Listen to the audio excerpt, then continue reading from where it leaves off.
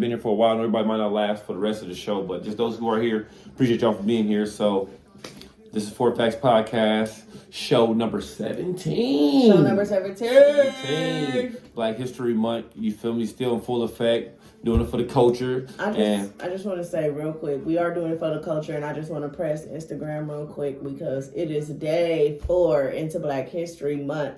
And I am not saying that we should not have any Chinese New Year gifts available, but it's not one single Black History Month gift that as soon as you open up your options and it's right there at the top, it's not at the top. Like, why not? But even Facebook, Facebook usually, like, the Gay Pride Month, they have turned a little rainbow Facebook sign, or Latino Heritage, they'll do the little fiesta things up there. I'm sorry. Like, History Month is nothing there, it's still the same. I'm just saying, like, I'm gonna, every day this month, I'm definitely gonna acknowledge how many times I do not see it, and y'all may not see me on Instagram no more after this month, because I have a real problem with supporting entities that don't support me.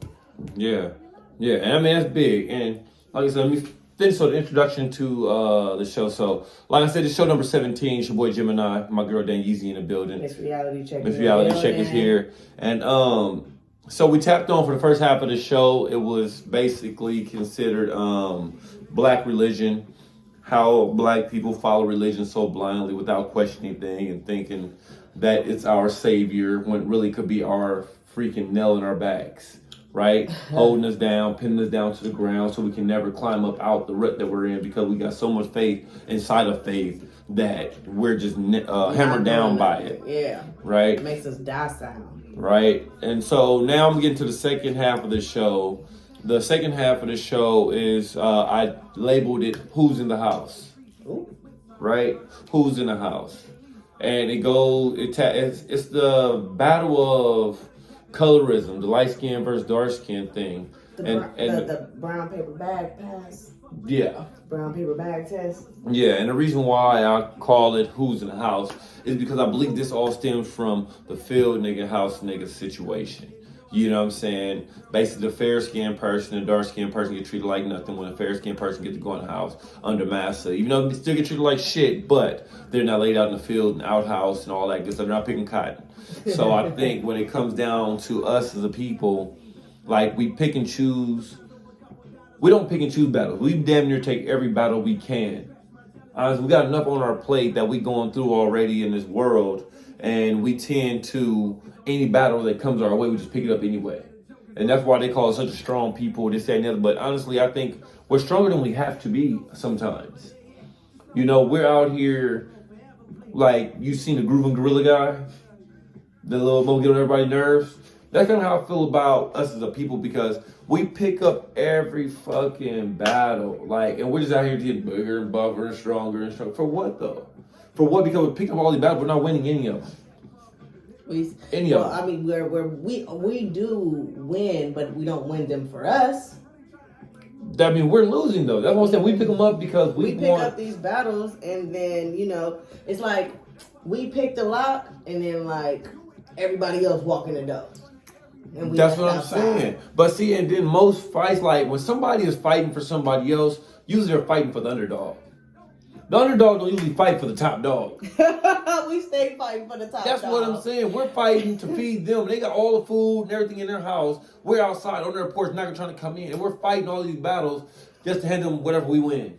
Right. We making sure that nobody comes steal their stuff. Exactly. You get what I'm saying? And we take on every battle that has nothing to do with us. And now we're sitting back battling each other. I would say this. I don't think that we take on every battle. What I think happens is that we do not organize well enough as a community to enforce our demands well enough. And we do enough to pick the lock. However, another entity or another community may have the support and the organization to complete the task. So we started it, right? But we didn't finish it. So they are the ones who are reaping the benefits because we already got the project started, so they can pick it up and run with it. Mm-hmm.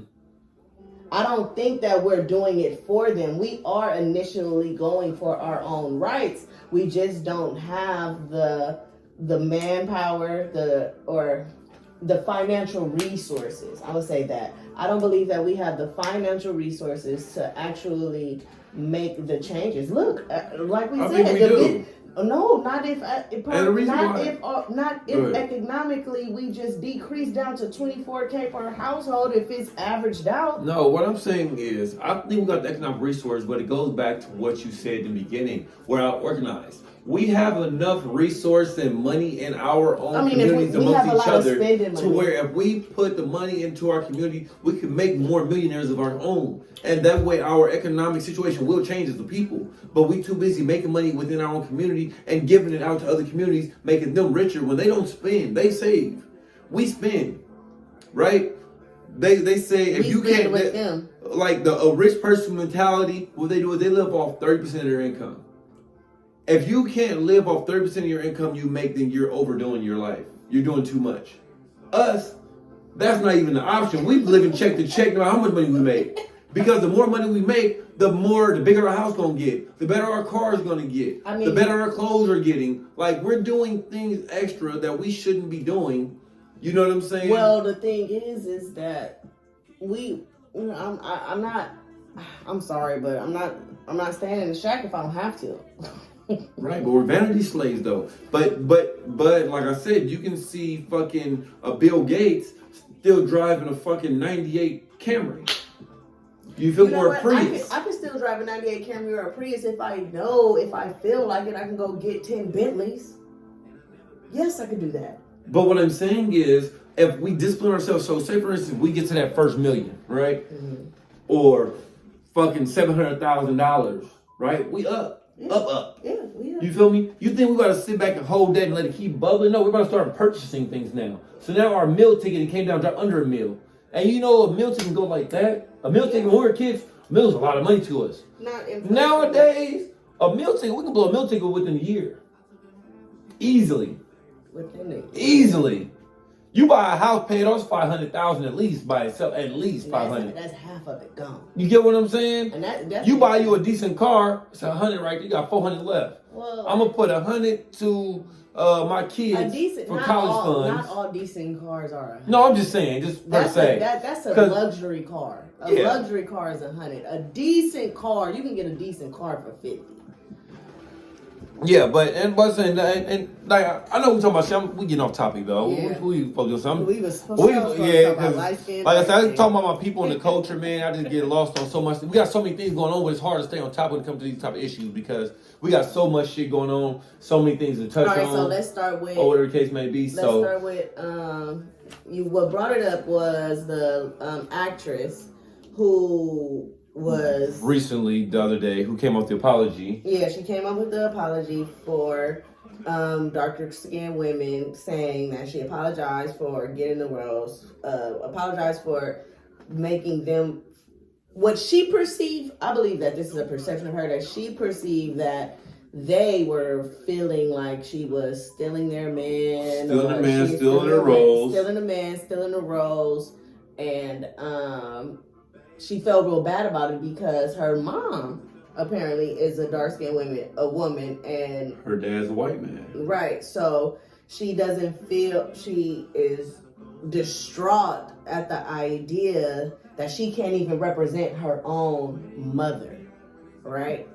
Yeah. And she does believe that other women, like who were of darker skins, probably deserved those roles, you know? Right. And it's not even just about deserve the roles. Like, honestly, I think this young lady who went through this, she's a great actress, right? She earned every role that she had. And I kind of feel bad for her that she had to apologize for her blackness. Because she's black, she's a fair-skinned black, right? So Hollywood, they always tend to do that, idolize our people who are not as dark-skinned. Yeah, we got some dark-skinned actors and actresses that get certain roles and things of that nature, or that we're known for getting. But it's a lot of roles you see out here, you're like, damn, that's another one, that's another one, that's another one. Where they cast fair-skinned people or mixed people, and they call it like it's a black role, a black person there. But it's a certain type of black you want. You know what I'm saying? You don't want the black person who may have been totally qualified for this role, but because they don't look a certain way,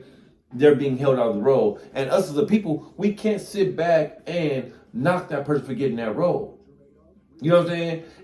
If they chose dark skinned people over light skinned people, right, then they can't be mad at us because we got a role that they wanted. Right. And that's why I said I think that is something that she perceived. I don't think that these women were upset. But for her to come out like that is something that came to her directly. She had to go through something because for her to be in tears and be doing it the way she did and came out with a public apology and saying what she said, I believe something was coming directly to her. Like, if they were just talking about all the light-skinned actresses taking all the roles, she would have been that person with it. So this is what you don't understand about being a woman. Talk to me. I don't understand about being a woman. You're right. You're right. A lot of women are actually really compassionate, especially when they're like really, really aware of what's going on and they can see that they are a pawn and being used against their own people. That's a fucked up feeling. Nothing actual, you don't have to experience an actual transgression with another woman to know that you were used as a pawn against her and to feel fucked up about that. Right. So I that's why I said I personally believe that, because I have had many of these conversations with friends and family, and I have a cousin who like really like she'd be like, bro, like she grew up more economically stable and fair skin, right? So she comes. Well, goddamn. So there has been plenty of times where she has definitely like came at me out of nowhere. This is like one of my favorite cousins. We tight, right? But because of the atmosphere and the climate and what's going on in society, like, bro, she be sitting up there apologizing to me, like, bro, you don't have to apologize to me for nothing. You are my family. See, and I love you. But because of what is going on outside in the world, they feel it. See, and then think about it, like I said, even when it comes to like my cousin, she's in here, so she know me growing up. I grew up the dark skinned one in the family. Like, I was the dark skinned one in the family, and it was made as a kid growing up. It was made to me known like you're the dark skinned one. Like, I was called names by people that I should have been getting love from. You know what I'm saying? Like, I dealt with the shit that a lot of these people, when they come out telling their horror stories, is growing up dark skinned just from strangers, shit like that. I dealt with that within the house, family. Within the family. You get what I'm saying? Yeah. So when I went outside the house and friends throwing little dark skinned jokes, this and that, it didn't faze me. Right, because the people I actually love been called. Because when I came back home and once somebody felt the way and I'm a little black motherfucker or this, that, and the other, and my other family members that are there, they're fair skinned, things like that, and they fuck up, ain't yo, you little yellow mother, ain't none of that. You feel me? Well, sometimes I did call it a little high yellow motherfucker. Yeah. Okay, black people say it too. But it was different. It was different. Best to make it even. Yeah, but it was different. But it was different because of the extra outside. Yeah, right? So and you get outside and inside. It just felt like it was venom behind it. You get what I'm saying? And then to feel that, and then also understand when things are just differently towards you. You get what I'm saying? You already had certain things that didn't go your way in life, like everybody do. But everything you have going on in your life, you feel a way about it. Then you get these certain things compiled on top of you that you have no control over. It's like, damn, fuck. Like, you know, I think that's how I became a chariot for the underdog, or rooting for the underdog so much, is because I was the underdog. I'm a Clipper fan, like a mug. Well, I'm a Laker fan. That's fine. But Granny got me a Laker fan, so I got to do that. The reason why but that's what I always go for the underdog, like, because the way. Never mind, we ain't gonna go there. But anyway. But yeah, and that's kind of like what it is, and it's like us as a people, right? We pick on certain things that we shouldn't pick on. You know, like, that's why I said when it comes to my kids, I teach them not to worry about nobody's color or what they do and don't have or their situation or different things like that, because a lot of things people go through or have going on in their life they can't help. And then when you deal with somebody who look a little different from you, because like my family we have mixed people in the family as well, so my kids really don't see the color aspect of it. You know what I'm saying? Because they see their cousins who are mixed with different things like that. But then you got the other cousins who look like me. Right. You know what I'm saying? Now, but the kids ain't the only ones where when you was growing up, you felt like you was the only one. Mm-hmm. Mm-hmm. That's where I was the only one. I was the only dark skinned one. That's when it hurts. Yeah. It's when you're the only one. Yeah. Because you don't hear nobody else being called a black motherfucker. Yeah. Yeah. So just being that dark skinned one, man, it's just like, it's a beautiful thing that you have. Like, I embraced it, and I still embrace it, and I see it starting to get more embraced across the globe now, and it's being like recognized more. But I still think it's a long way to go. Like, even doing racism, you feel me? Like, things like that, I believe it's a long way to go. And now I feel like certain fair-skinned people are dealing with the things that dark-skinned people dealt with. You get what I'm saying? Because the roles are changing now. What is so funny is that, like, some of the, like, I know some light-skinned men, or they not necessarily light-skinned, but they not dark. They for sure not dark-skinned. And so they prefer to identify as, they make them emojis dark skin and shit. Like anything that they could,